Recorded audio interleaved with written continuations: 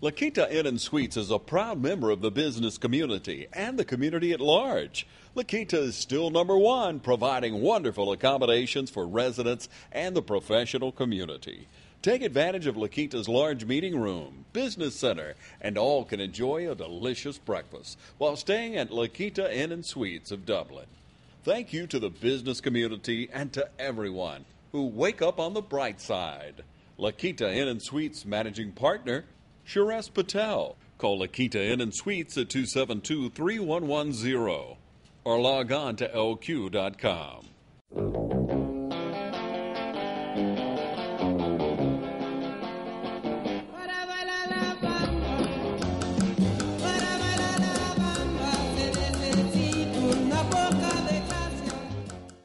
Hello everybody, I'm Pilar Archila with Pure Gold. And I have here with me Mr. Mike Cauley from Nichols, Cauley and Associates. How are you today? I'm doing well. How are you? I'm doing wonderful. Well, I'm glad to hear that. Before we were on camera, we were talking about our children and our grandchildren. It happens that Chris, Mike's son, went to school with my son Juan, so we were talking about our kids and just getting to know what's going on with them and... That is fun. Yes, it is. They grow up so fast, yes, Mike. They do. It was just yesterday they were in school, and now they out and about. And They're grown up. Grown up. Are you from Lawrence County? Are you from here? Yes, I basically was born in Dublin. Then when I was 6, we moved to Macon, and then we lived there a couple of years, went to Savannah. Oh. I moved back when I was 12, so I was here for my formative years. Okay. Savannah is a beautiful city. It is. Goodness. So you lived a little bit there? I went through the 2nd through the 6th grade there, yes. Wow. That is so neat. I love Savannah. It's a beautiful city. Who are you married?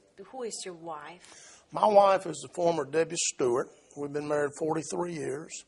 And we dated 6.5 before that. We were high school sweethearts. Started dating June 25th, 1965. I love it. I love it. 1965? 1965, that's correct. My goodness. And you remember to the date. That's right. When you started. You see, not anymore people remember those things. We still celebrate the day we started dating.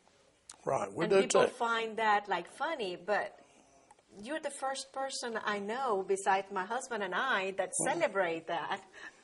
It was actually at the American Legion that used to be up on North Jefferson with a band called the Blue Notes. That is so sweet. And it will be 50 years this June.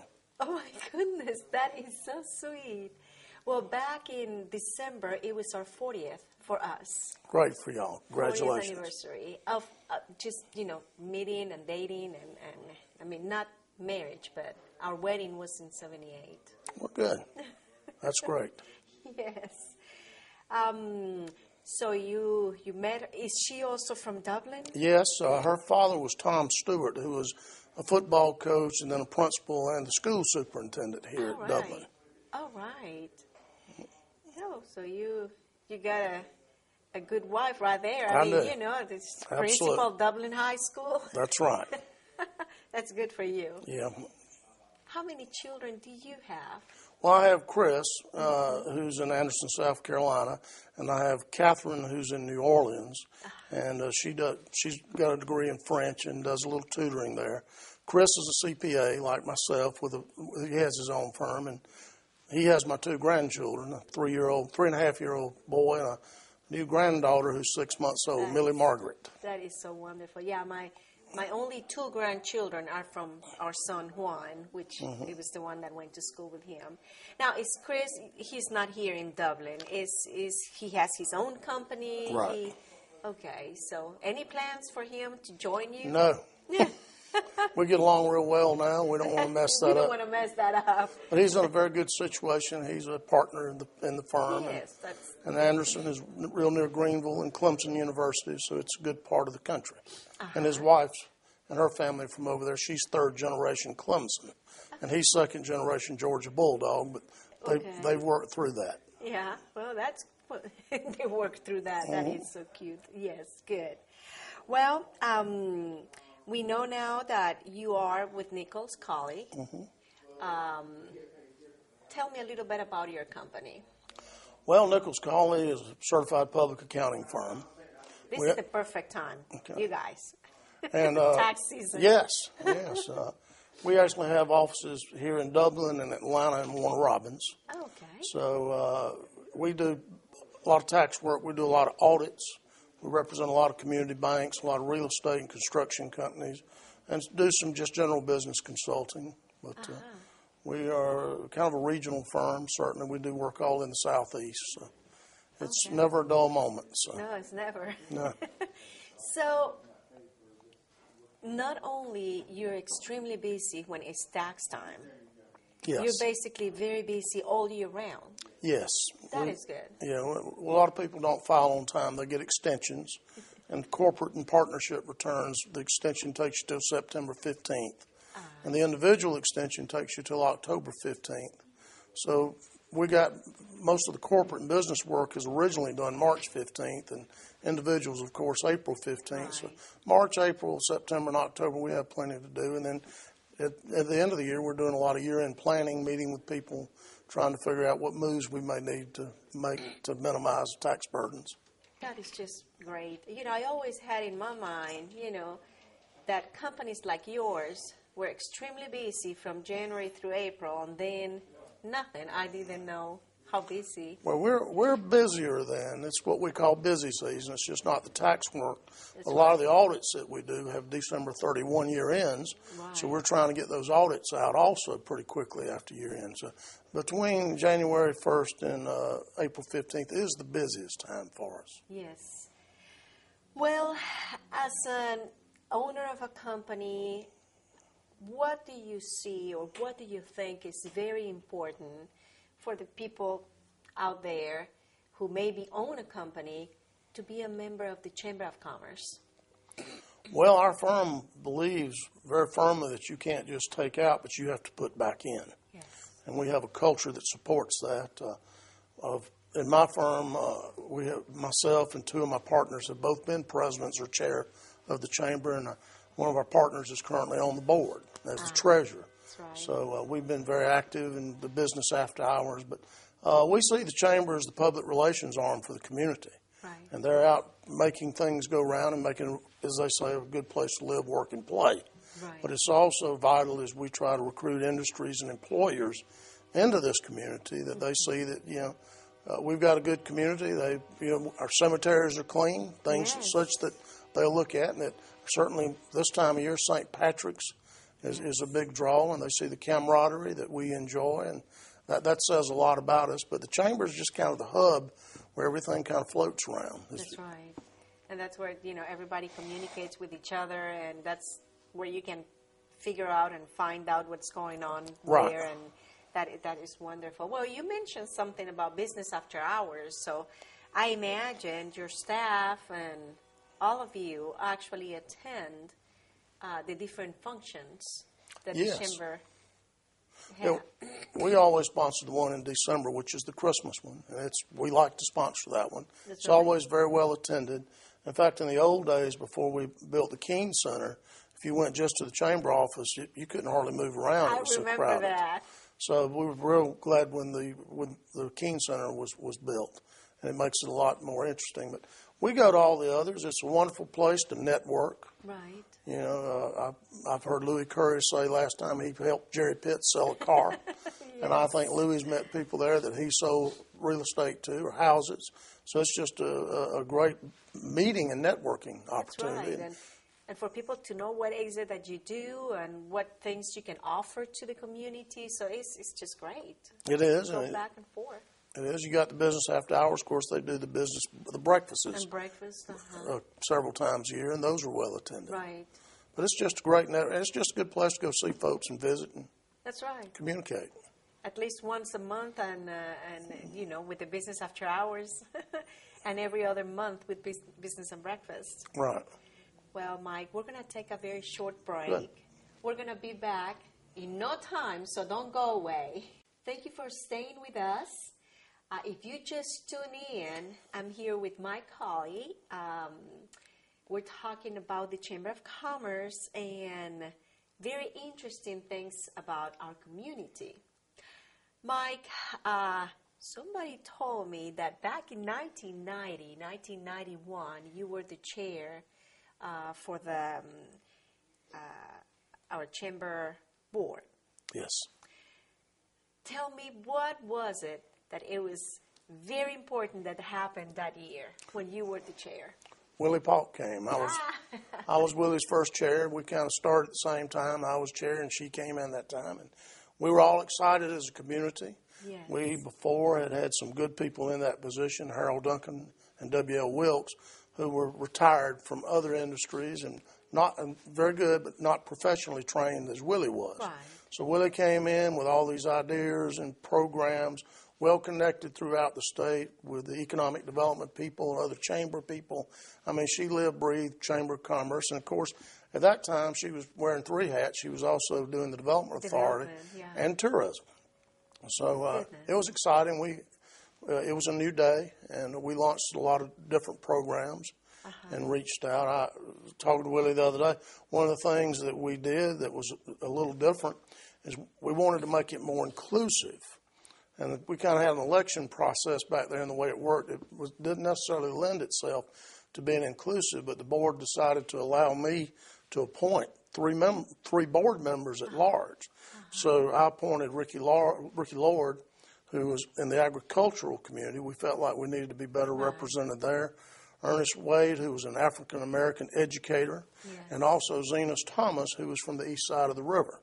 And that, I think, continues today. The Chamber wants to be inclusive and bring in all elements of the community, and that was certainly a good step in that direction, and they still do that today, I'm told. So in that year, I mean, I think that Willie Paulk, I think, is the best thing that ever happened to our chamber. Absolutely. She was great to work with. We worked very well together. New committees. I think we started the existing industries committee, the agriculture committee. Right. We had all kinds of committees. So it was, like I say, the energy was high. Yes. We had a new lease on life, and we were going in the right direction, and the community was excited. And you know what is so exciting? That still, after more than 20 years, the energy is still high. It is. You know, with her, it's amazing. I mean, it's always high. Yeah, she works, as we say in South Georgia, from can't to can't. When it's so dark you can't see, you work where it's so dark you can't see again at night. So, but she does a good job and represents us very well throughout the state. And my son, who lives in Anderson, South Carolina, he's involved with the chamber there, and somebody asked him if he had ever heard of Willie Paulk. And he said, "Oh, yeah, I know Willie." So she speaks very well for our community. Yes, that is wonderful, and we're blessed. Yes, we're we are. Very blessed. There is a lot of growth in our community, and a lot of changes, also in our chamber. Mm-hmm. What kind of things you have noticed, or do you have a story, or do you have something that you can tell us about that? Well, there again, I think one of the things that's so important with the chamber is the role they play for economic development. Yes. The year that I was the president or chairman is the year that YKK came here. And we worked with that was more a development authority project, but the groundbreaking and all that came under the chamber. Tad Yoshida came here himself, and that was a great moment. I put us in kind of a new environment, more of the big leagues once we had a Japanese country and a big company here. Yes. And they brought a lot of good people with them. They did. So I think you ought to tell that story you were telling me. Well, the reason we're here, Mike, YKK brought my husband and I with our children. We were living in Tampa, happy. He was happy what he was doing at work.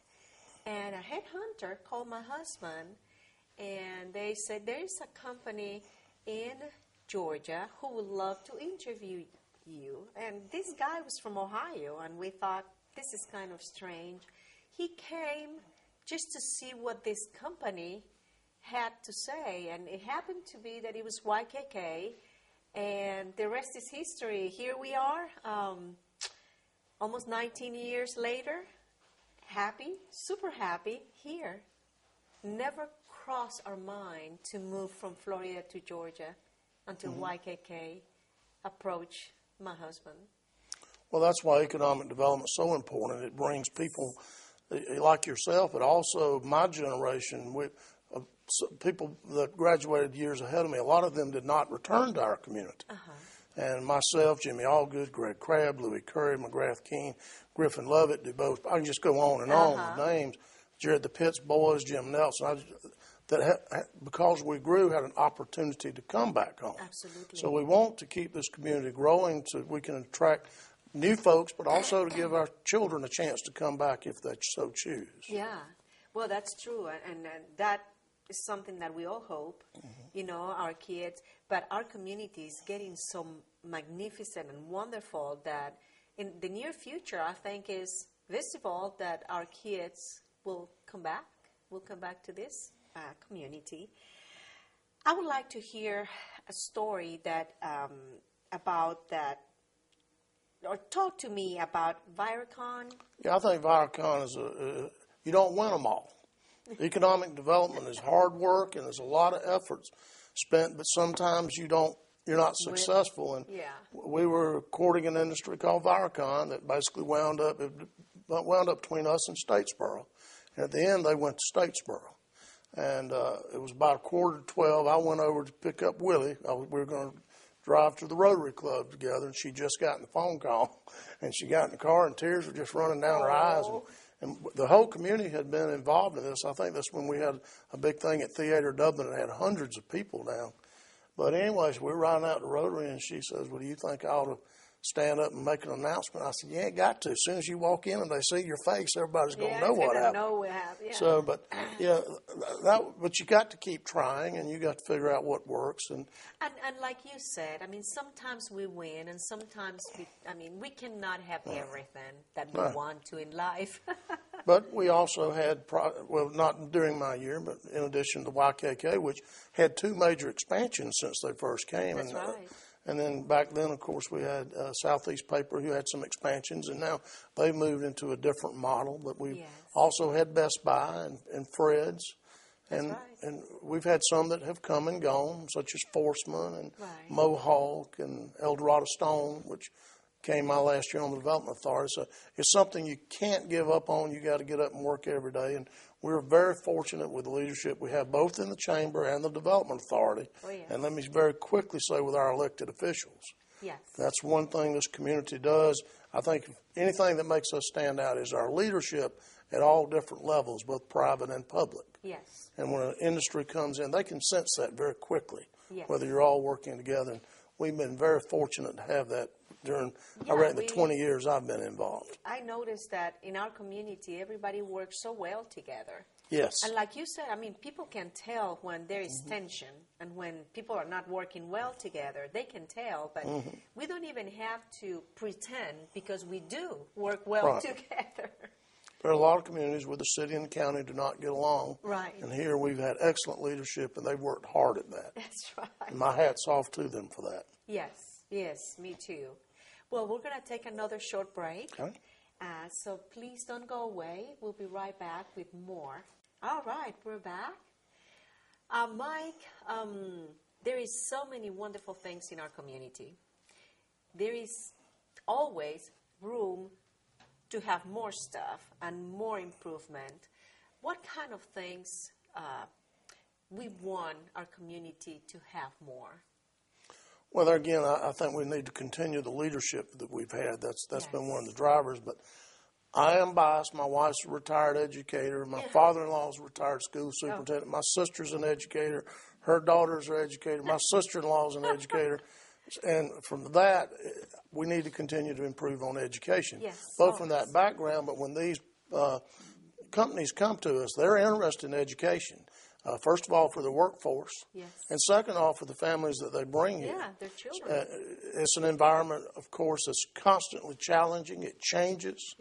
And the thing I would want us to continue to emphasize is education. That, again, helps us for recruiting industry, but also gives us a better quality of life here. So that'd be the one thing. That's kind of, I used to tell my wife when I said, I'll try to get the jobs if you'll try to train them. That's my job is to get them here. Y'all's job is and to you train them. Yes. Well, you see, I agree with you 100%. When I moved here, that was my first question. I mean, even before I asked my husband, did you like your job? I was like, okay, let's go and check the schools. That was the very first thing I did. Because to us, education is number one. Since I was born at home, my parents always talk about, when you go to college, when we always, education was there. It was not a choice. It was like you are going to. We choose what, but we had to go to college or an education or school. Well, we're blessed both with academic and technical college skills. Oh, yes. So those skills are very important. Yes. Welders, truck drivers, all those Everything. play an important part. So we're doing a good job. Always we can do better in that arena. Always. Well, listen, it has been wonderful having you here. I've enjoyed it. I guess you got my memo. You have a red tie. I have red pants. And It worked. It worked. And thank you so much. Thank you for accepting my invitation. And all of you out there, thank you so much. And until next time.